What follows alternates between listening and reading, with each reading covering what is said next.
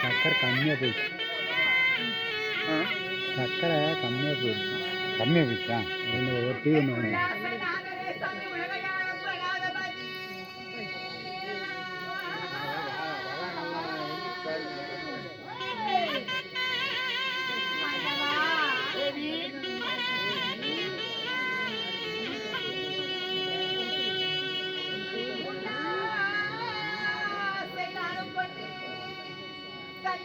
தான் மறந்து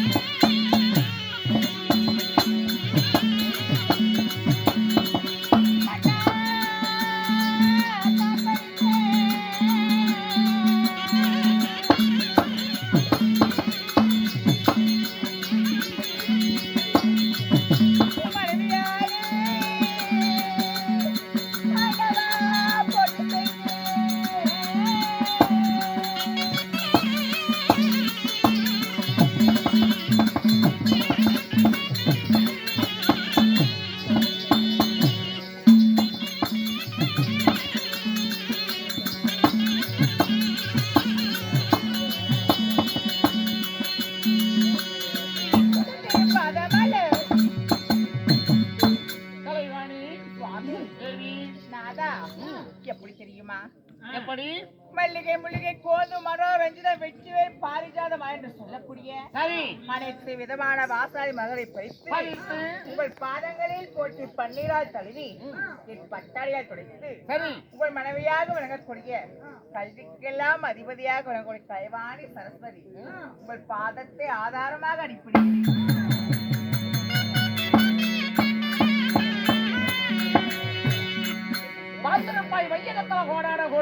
சரி சரி தேவி சுவாமி வாழ்ந்திருப்பீர் என்று சொன்னால் வையகத்தில் கோடான கோடி வாழ்ந்திருப்பேன். உண்மைதான். இருந்தாலும் அண்டவா தேவி, உங்களிடம் ஒரு வாய் வார்த்தை கேட்கட்டும். தயக்கமில்லாத கேளு. அப்படியா? ஒரே ஒரு வாய் வார்த்தை தான். கேளு. அதுக்கு நான் எதுவுமே கேட்க மாட்டேன். ஏண்டி, கட்டிய கணவன் இடத்துல தானே கேட்கிற? அப்படியா? தயக்கமில்லாத கேளு. சுவாமிநாதா,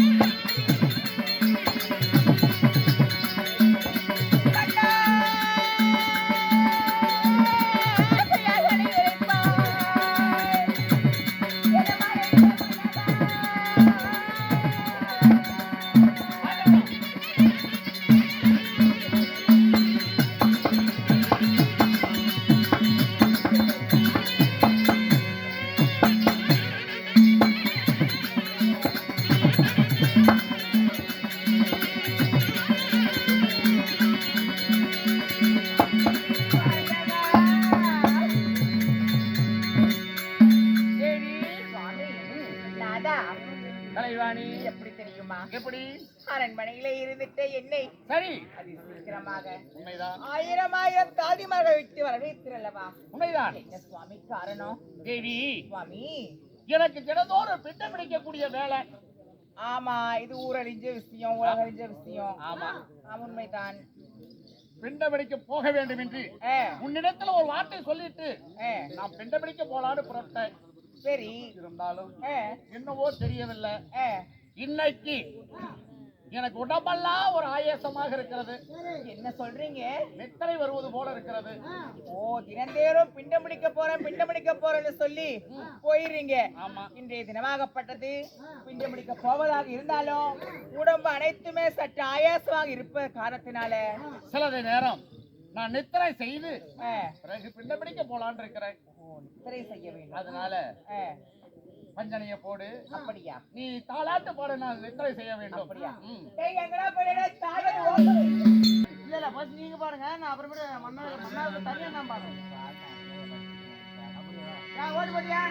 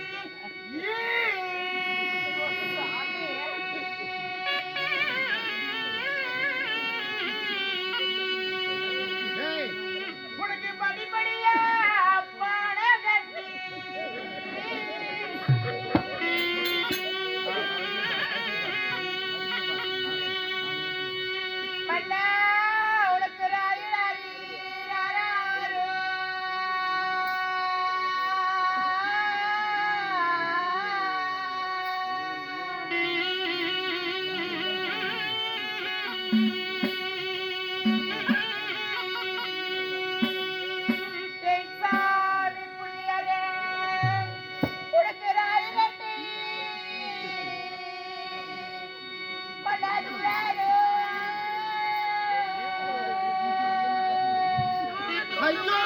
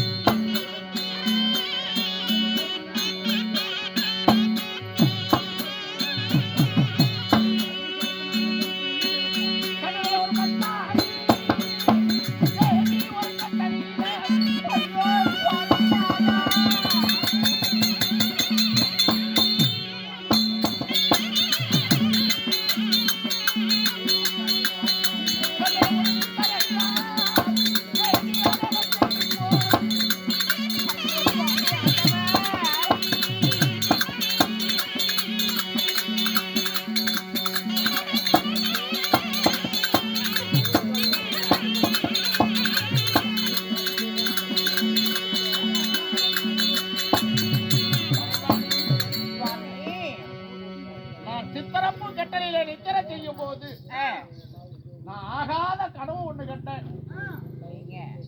யாரோ ஒரு முனிவனால என் 5 சிரத்துல ஒரு சிரம் அறுவட கனவு கண்டிருக்கிறேன்.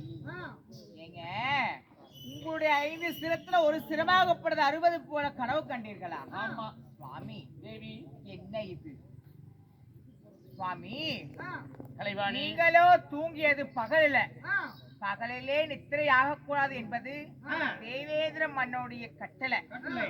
கட்டளை. ஆமா ஆமா. அப்படி தேவேந்திர மன்னன் கட்டளையாக இருந்தாலும் பகலில உறவக்கூடாது என்ற கட்டளை போட்டும் பகலில ஆயாசமாக இருப்பது என்று சொல்லி நீங்கள் சற்று நேரம் உறங்கி இருந்தீர்கள் அல்லவா? நீங்க உறங்கும் பொழுது நம்ம அரண்மனை இருக்கக்கூடிய சுத்தியும் பாருங்க, நம்ம முன்னோர்கள் புகைப்படமும் பித்ருக்கள் புகைப்படமும் அனைவற்று பேர் புகைப்படத்தை பார்த்து கொண்டு உறங்கி இருப்பீங்க. அதனால உங்களுக்கு ஆகாத சொப்பனமாகப்படுறது வந்திருக்கும். அப்படியே அந்த சொப்பனமாகப்படுறது வந்தாலும் நாம யாரு, நம்ம எப்பேற்பட்டவங்க, உலகத்தை படைக்கக்கூடிய பரம்பொருள். ஆமா. அதனால கண்ட கனவு பலிக்காது. பகலிலே கண்ட கனவு பலிக்காது என்று வைப்பார்கள் பெரியோர்கள். அப்படிங்க கண்ட கனவும் பகலிலே கண்டதனால நாமளோ தேவாதி தேவர்கள், தேவர்களுக்கு எந்த இடுக்கம் வரப்போகிறது? இதுல நீங்க பிட்ட பிடிக்கக்கூடிய கடவுளாகப்பட்டவர், உங்களுக்கு ஏதாவது ஒரு இழிவு வந்து நேருமா? படுத்த இடம் கூட சரியில்லாம இருக்கலாம். சரி வா, அந்த புறத்துல போய் சில நேரம் நித்திரை செய்துட்டு நான் பிண்ட பிடிக்க புறப்படுறேன்.